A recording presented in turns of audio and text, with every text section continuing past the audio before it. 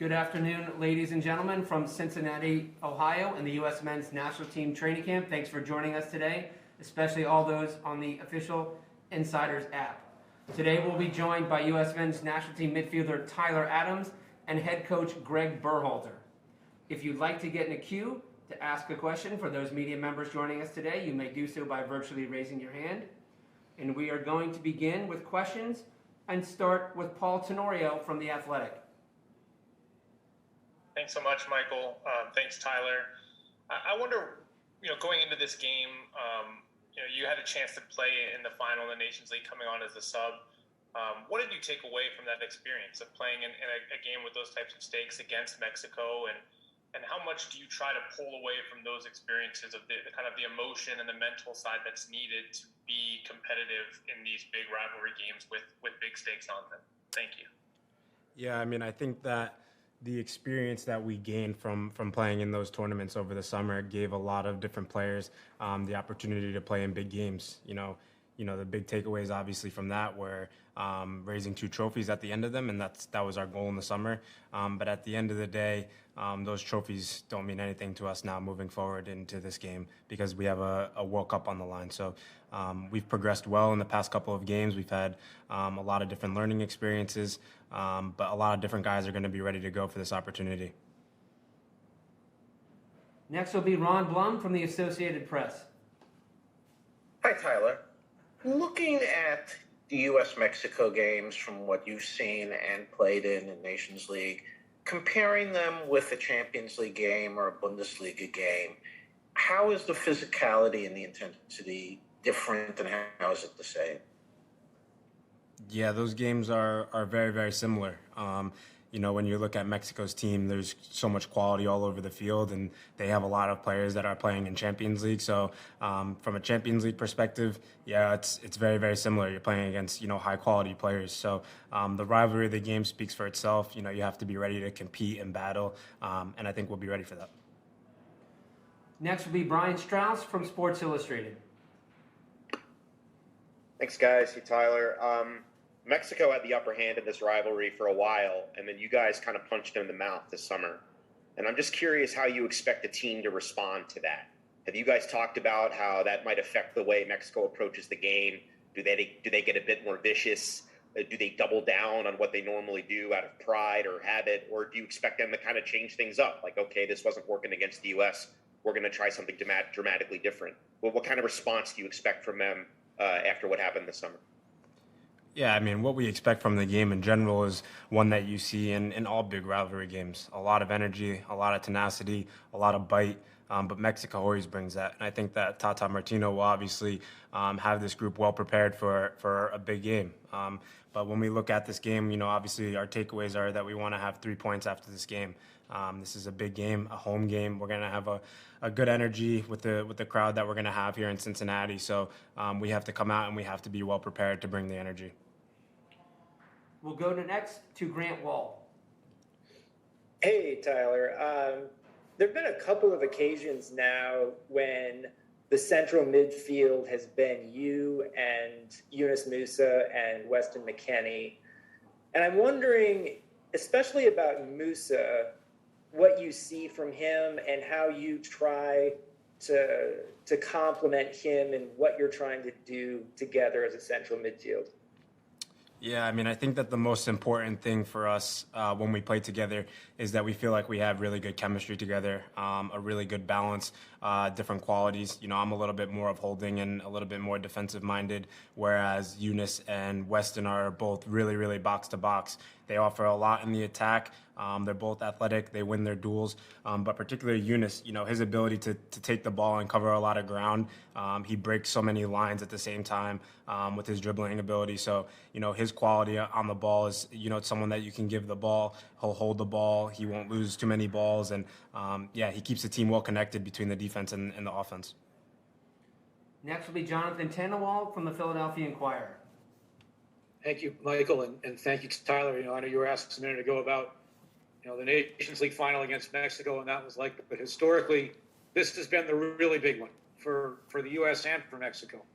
And I wonder if it still feels that way for you guys, and for you in particular, You know, when you were growing up watching this game on TV or whatever it might have been, what was it like, and what's it going to be like to be out there on the field playing it? Yeah, watching these games growing up, you always got super excited to watch the Mexico-U.S. rivalry. A lot of players that I admired on both sides of the teams, whether it was U.S. or Mexico. So I always remember watching those games and remembering guys flying into tackles, battling for each and every ball. Really every single play in these games matters against such quality opponents. So yeah, we expect the same thing. I played in a couple games against Mexico now, and all the games are it requires a lot of energy, a lot of focus, a lot of determination on both sides of the ball. So yeah, I've been mentally preparing for that. The team has been well prepared throughout this week. Having an extra day of training or a couple of days of training with not having such a congested window helps us prepare for this. So we feel well prepared now. Next, we'll go to Michael Lewis. Hey Tyler, how you doing? Thanks for doing this. Joe Scally's in his first camp with the team. I just wanted to get your impressions of him. He plays in the same league as you, and have you given him any advice? Yeah, so I've talked to Joe a couple times. Him obviously coming from New York. I think he played against my younger brother when I was growing up, and that just goes to show how young the group is that we have here. But yeah, when I first talked to him, I told him, feel comfortable around the guys. You deserve to be here. What you're doing in the Bundesliga speaks for itself now. You've kind of established yourself as, the main starter there. So, when he comes into this camp, he can, feel well respected. Everyone respects him, his quality. He's shown well in all the trainings, working really hard. So it'll be interesting, when his opportunity comes, how he does. But we're going to support him every step of the way. Next, we'll go to Iva Skalarsep from SBI Soccer. Tyler, thanks for the time. Obviously, through your career, you've been known for one of the strengths of your game is your ability to press and disrupt opponents. As a team, this U.S. team has seemed to improve in that regard, and there are more players coming in who kind of thrive on that, and that's a big part of their game. How have you seen this group evolve and grow and get stronger at that part of the game, and how important is that going to be against Mexico, taking them out of their comfort zone and not allowing them to just kind of, have their way, with the ball and with the game? Yeah, absolutely. When you play against teams that have so much quality on the ball and they're good in possession, one of the best ways to disrupt that is by pressuring them. So when Greg came into the cycle, 2 years ago, one of our main talking points was going to be our transitional game, and there's no better way to create transitional moments than in good pressure situations. So we have a lot of guys now that, respectively at their clubs, they play in teams that are playing high pressure, and I just think in general now more and more teams around the world are playing that fast-paced type of soccer. So I think that when we come into the team, we all feel very comfortable taking the risk to, sometimes step out of position, sometimes to make pressure when needed, and we all have big engines. So we want to run, we want to pressure because we know that's going to, give us advantages on the other side of the ball. So yeah, we feel well connected. We practice it a lot, so we're very comfortable doing it. Next will be Ryan Talmadge from Goal.com. Hey, Tyler, you mentioned, a few minutes ago about how kind of growing up with the rivalry, and that's part of it. But one part of rivalries is that it's also defined by those that are kind of in it in the moment, and you guys are just sort of starting to live it as a group and starting to define what your moment in this rivalry is like. So I wanted to ask, how do you kind of see all of this now that you're in it? And looking towards the future, now that things are definitely going to change with World Cup qualifying, now that these two countries are working together a little bit more domestically, how do you kind of see this rivalry evolving? Yeah, I mean, I think it's evolved a lot, not only with the national teams, but in general when you play against Mexican teams from Liga MX and the CONCACAF Champions League. There was always a rivalry. I remember playing a couple times against Mexican teams, and you always feel that little bit of extra bite and grittiness. So, yeah, I think that moving forward, yeah, we don't want to look too far towards the future. The most important thing is, winning these home games that we have here, and, the next one happens to be against Mexico. Next will be Emily Olsen from USA Today. Thanks, Michael. Hi, Tyler. I want to ask you a little bit about your leadership roles in games like this. Through the week, players have been describing this as it's going to be a dogfight. It's going to be physical. There's going to be a lot of just energy. So from a leadership standpoint, can you describe kind of what's needed to be done as one of the players that is seen as a leader on the field?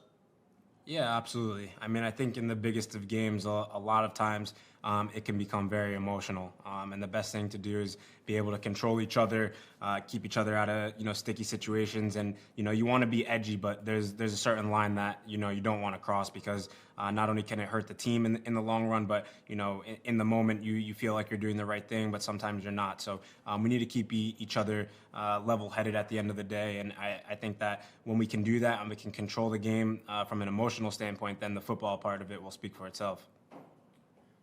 Next will be Sam Stacekal. Thanks, Michael. Thank you, Tyler. Tyler, the previous two games against Mexico, one that you were involved in, one that you weren't in the Gold Cup, were both very open, very fast-paced.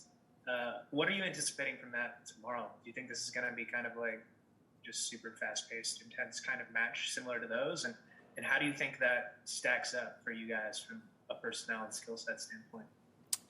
Yeah, I think it will be, very, very fast-paced. I think we're going to need to be prepared to play under pressure, sometimes play in their end a little bit more often. But I think at the end of the day, what we learned from the couple of past games that we've played against them is it's a transitional game. You have to be ready on both ends of the ball to react quickly, not only when you lose the ball to be organized, but offensively to take our chances. Sometimes the best way to score goals is right after you win the ball. So we're going to have to be smart in that sense as well. Next will be Claudio Villalobos. Thank you, Michael. Tyler, obviously there's so many things going positively for the United States after last World Cup qualifiers. And one of the things that comes to mind is the fact that there is no question that the U.S. Played a lot of games at home as a visitor previously because of the stadiums that you guys would have to play Mexico, obviously for obvious reasons. Have you guys talked about the fact that looking at Cincinnati and the nice new stadium and the fact that the crowd will be mostly yours tomorrow, how that will come into play, especially in games against Mexico? Yeah, absolutely. I mean, I think a lot of times when we look at the last World Cup qualifying cycle compared to this one, a lot can change in 4 years. And to look at the amount of soccer-specific, beautiful stadiums that we have the opportunity to play in now for this qualifying cycle, a lot of them are U.S. pro fan crowds. So, playing in the stadiums like Columbus, being able to play in places like Cincinnati, we're very, very fortunate. Even when we had one of our last games in Austin, the fan bases help us so much. They give us sometimes that, that extra motivation, that extra push that we need in the toughest parts of the games. And, relying on the crowd for energy sometimes is something that you need. So we're very fortunate to be able to play in, beautiful stadiums and have a great fan crowd. Last question for Tyler comes from Sergio Trevino from Fox Sports. Thank you, Michael. Sergio Trevino from Fox Sports Mexico. Tyler, what do you think is the greatest virtue of Mexico's team? Yeah. I thought you froze. Sorry. Yeah, I think that one of the best things about their team is how organized they are. I've had the opportunity to be coached by Tata Martino when I was in the MLS at the All-Star game, and listening to some of his ideas and the way that he views football. He's a very intelligent coach, and I think that his team will be very well organized, and I think that's one of the best attributes they have. Thank you, Tyler. We will be right back with Gregg Berhalter.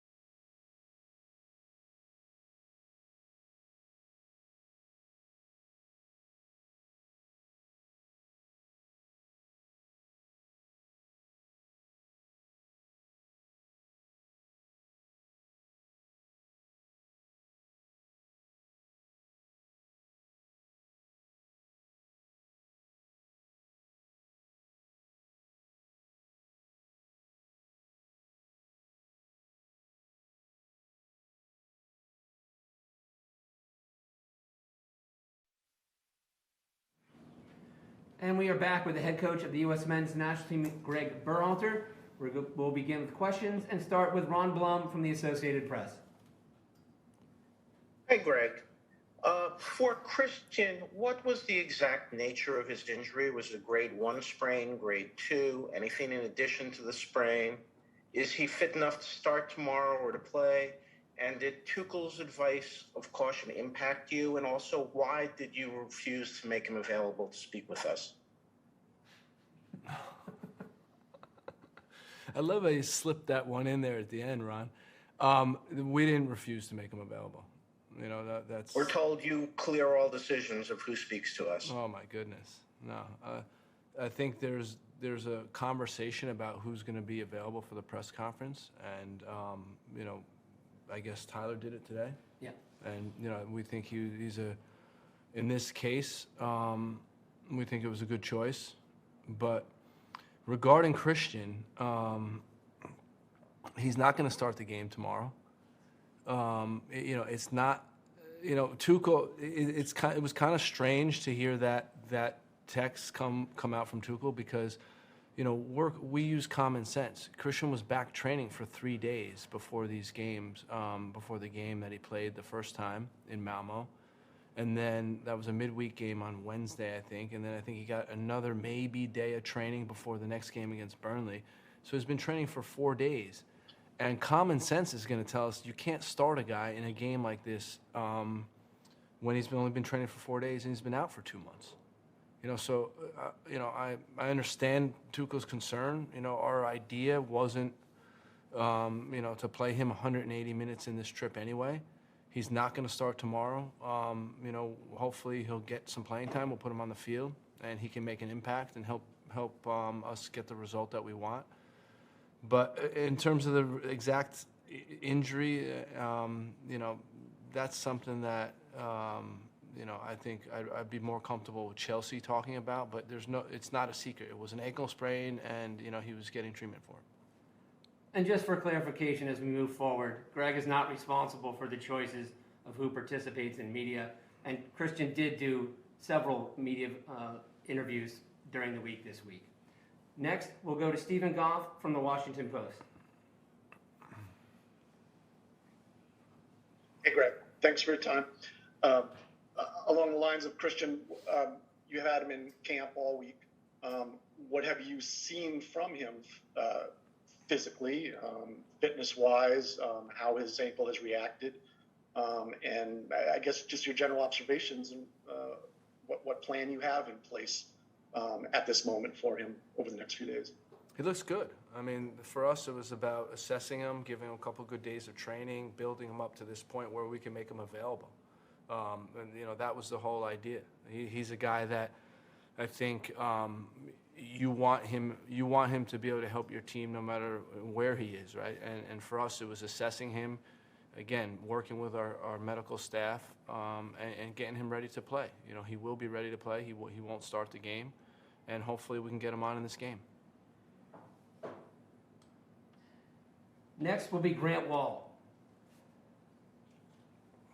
Greg, is there any update on your goalkeeper situation? What have you seen this week from your goalkeepers to help you make a decision on who you want to start? They're both great goalkeepers, no question about it. And we've seen that in camp this week. Zach's going to start the game tomorrow. But, you know, there's very little separating them at this stage, and we could have just as easily went with Matt, but we decided to play Zach.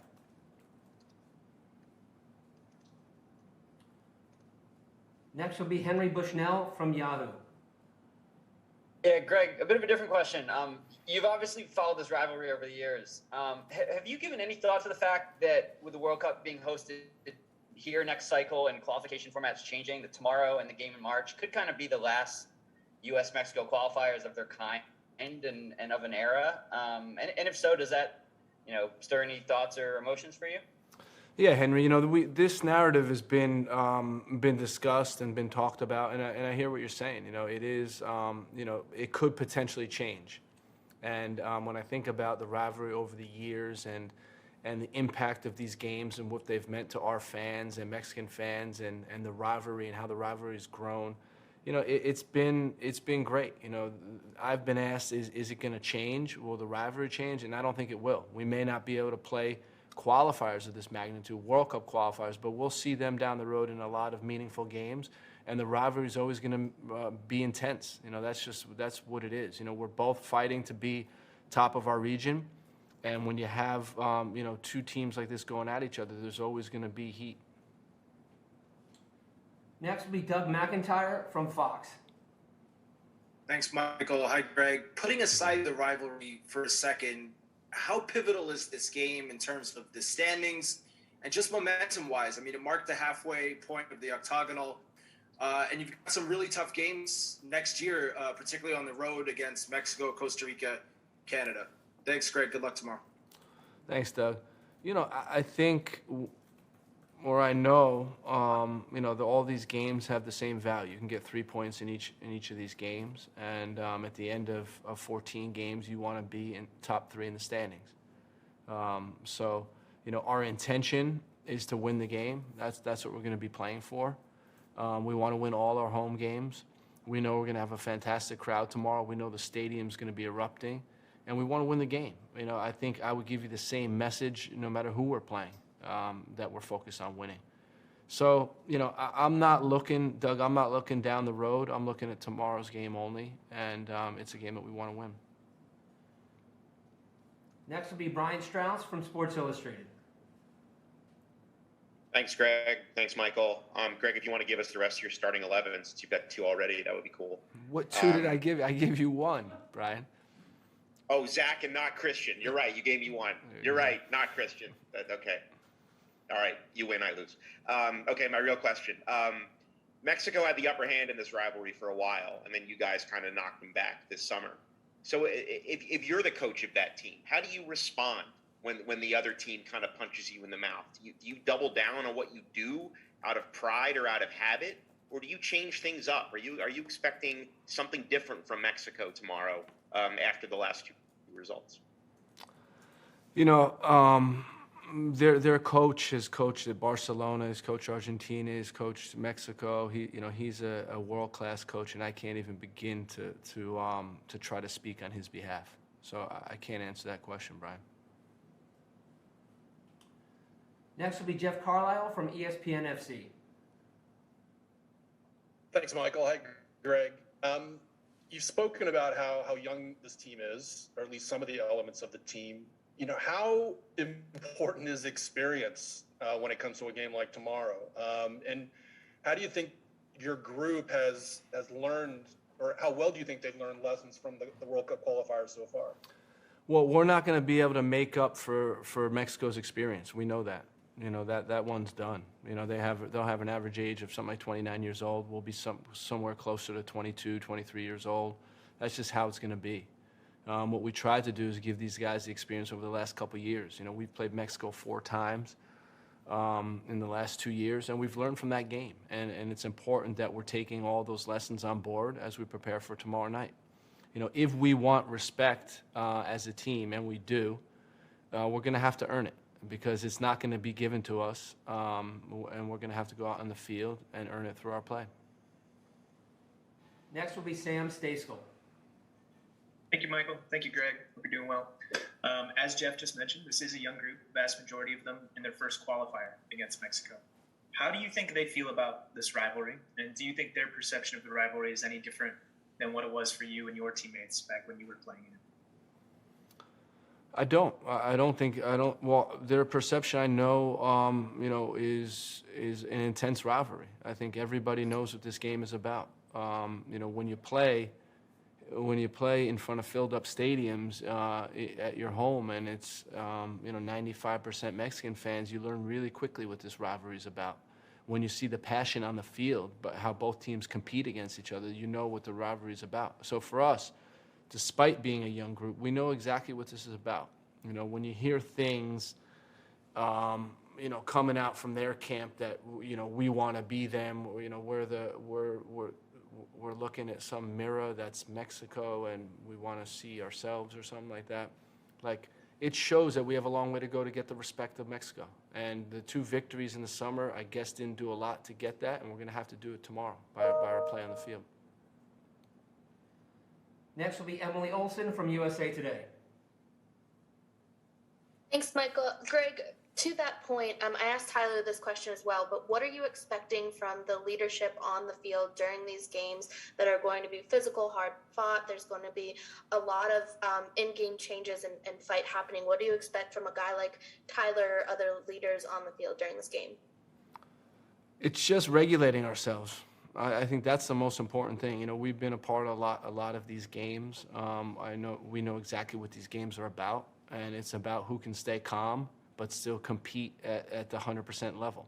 And that's the trick. There's a line that you don't want to cross, but you need to get to that line if you want to be successful. So, yeah, you know, in any position, you know, whoever's on the field, whoever's on the substitute bench, whoever's a solution for us, we want the same thing, for them to understand their role, to go in and execute it, and go all the way to that line. Next will be Charles Bone from MLSsoccer.com. Hi, Greg. I start this question knowing that you've had successes with your dual national recruiting, including Ricardo, who's a huge get for you and has performed really well. So I want to acknowledge it at the start, but we had great reporting from Henry Bushnell about the lengths you guys have gone to create a home field advantage and make sure that there's as few Mexican fans as possible in the stadium tomorrow, which I understand the competitive benefits of that.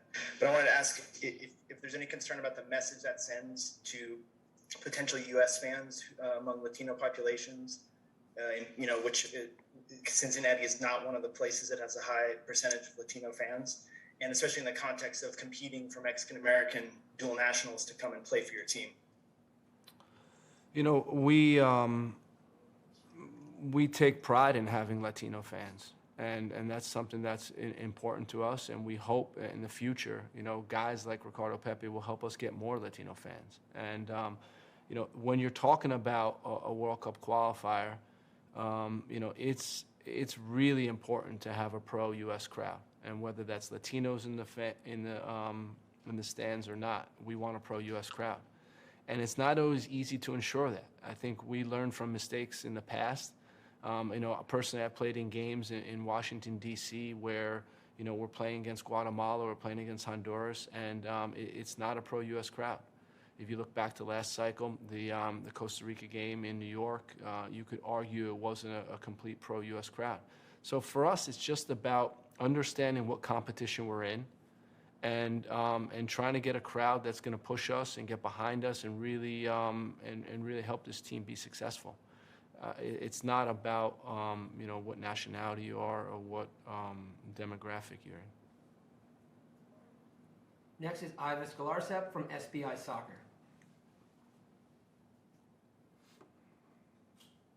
Greg, when you took over as coach, obviously you had your kind of your idea of how you wanted to play.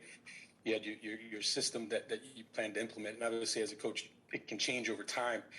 How has the kind of makeup of the pool, the player pool, which you have so many dynamic players, so many players who love to press and have big engines, how did the makeup of that group change your approach and change your kind of model, and how important is that ability of the group to press, to get all over the field, to be one of the fastest groups the U.S. has ever had?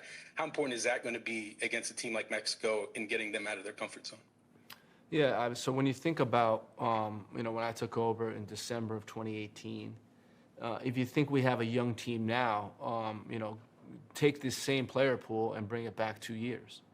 You know, so for us, it was about time, just letting time elapse, letting the players mature, letting the players grow, and then, you know, and then being able to take advantage of the strengths and the profiles of our player pool.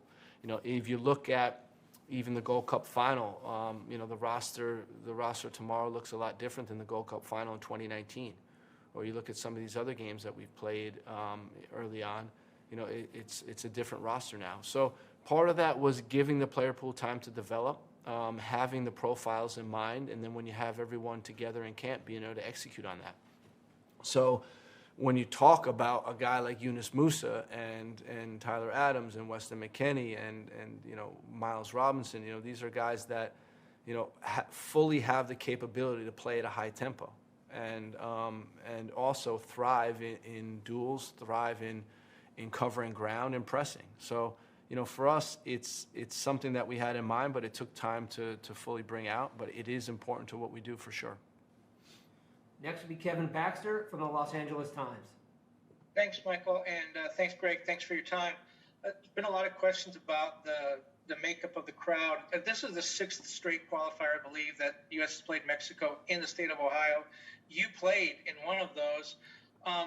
And you talk about, the difficulty of going to other places where you might not have that pro-U.S. crowd. Is there, I know you don't want to think about Mexico or speak for Mexico, but on their side, they're used to having a lot of fans at their games, and they don't get that in Ohio. Is that also an advantage that maybe they're taking out of their game plan a little bit, that they're not used to being the away team here in the U.S.? I hope so. That's the idea. I mean, that's the idea of getting a pro-U.S. crowd, and that's why, there needs to be some thought about the venue. Again, it's not about who you are. It's about who you support. And, we want fans in the stands that are going to be pro-U.S. supporters, and we want the stadium to be loud, and we want the atmosphere to be hectic. When you were down, Kevin, you were at El Salvador. Remember the environment there. Remember how hostile it was, and that brings their team to life. And we're hoping for the same type of response from the crowd, and then the reaction from the team, because we know how a good crowd can boost the team. Next will be Paul Tenorio. Thanks, Michael, and thanks, Greg. In looking back at the two finals, you used your substitutes pretty strategically. I know those games had the potential to go 120 minutes, but when you're playing in games against Mexico and the energy level is so high for the entire 90 minutes, do you plan a little bit more for your use of substitutions and trying to kind of being able to maintain that energy level and carry it forward for all 90 minutes? And does Christian maybe help that plan a little bit? If you can't start him, at least you're bringing a player of his quality off the bench at a certain point in the game. Thank you. I think part of it is maintaining your what you're trying to do in the game, and then it's also looking at performance, individual performance, who's performing at a high level, and who isn't, and what we can change.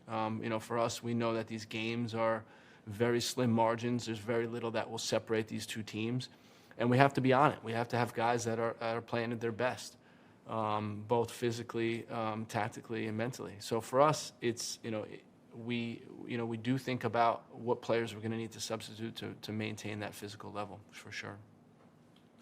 We have time for a couple more questions for Greg, and we'll go to Michael Lewis. Hey, thanks, Michael. Hey, Greg, how you doing? Hey, Michael. You got a chance to see Joe Scally in camp this week. Wanted to get your impressions of him. Anything that impressed you, and the possibility of maybe Joe seeing some action in the next two games? Joe's looked good. Very mature for his age, very mature player, or how he plays for his age. It's been really nice to see. He's been competing in there, and any player that we bring into camp, we believe has the potential to play. So I can envision Joe playing in one of these two games. Next will be Pilar Perez from ESPN. Thank you, Michael. Hi, Greg. This is going to be the first time that you face Tecatito, Irving Lozano, and Raul Jimenez together. And what is the talk that you have had with the defensive line about how to stop them? Thank you. Well, they're good players. We've talked about Lozano and all the guys about their skill set and how good they are. And, we know it's going to be a good opportunity for our defense to show what they can do as well. So, it's going to be a good game. There's also 8 other players on the field for them. And, we're going to have to deal with those other 8 also. So, when I think about Jimenez, good goal scorer, been doing really well in the Premier League. Lozano doing really well in Italy, in Serie A. Tecatito, a little bit different case in Porto, but he's playing at a very high level, and we know he's dangerous. We know he's a handful. We've seen him before. So, it'll be interesting to see how those three play together, what the chemistry's like, but we know they're good players, and we know we're going to have our hands full. Last question comes from Jonathan Tenorio from the Philadelphia Inquirer. Thanks, Michael. Greg, it goes back to what you were discussing a few minutes ago about knowing how the World Cup qualifying system is going to change after this cycle. There will be the Nations League, as we talked about. There'll be the Gold Cup. But historically, this has been the biggest U.S.-Mexico game of all, and a lot of the times when it happens, in terms of the hype, in terms of the talent on the field, et cetera. Do you think that, at least for right now, it still is? I think given what's on the line, a ticket to the World Cup, it just remains a massive fixture. I know it's, as a fan, I know it's a date that U.S. soccer fans put down on their calendar, and they can't wait for it. It's a celebration for our fans. There's been, we've had a lot of conversation on this conference about, the venue and about the crowd and stuff like that, but for true U.S. soccer fans, again, no matter what demographic you are, this is the date you're circling, and you can't wait to get in the stadium and see this game because you can get behind your team against their biggest rival with the World Cup on the line. So I think it's a great moment for our team. It's a great moment for fans, and we're really looking forward to Friday. USA-Mexico presented by Allstate at TQL Stadium in Cincinnati on Friday, November 12th. 9 p.m. Eastern Time on ESPN2, ESPN+, Univision, and TUDN. Thanks, Greg. Thank you all for joining us, and we'll see you tomorrow. Thank you.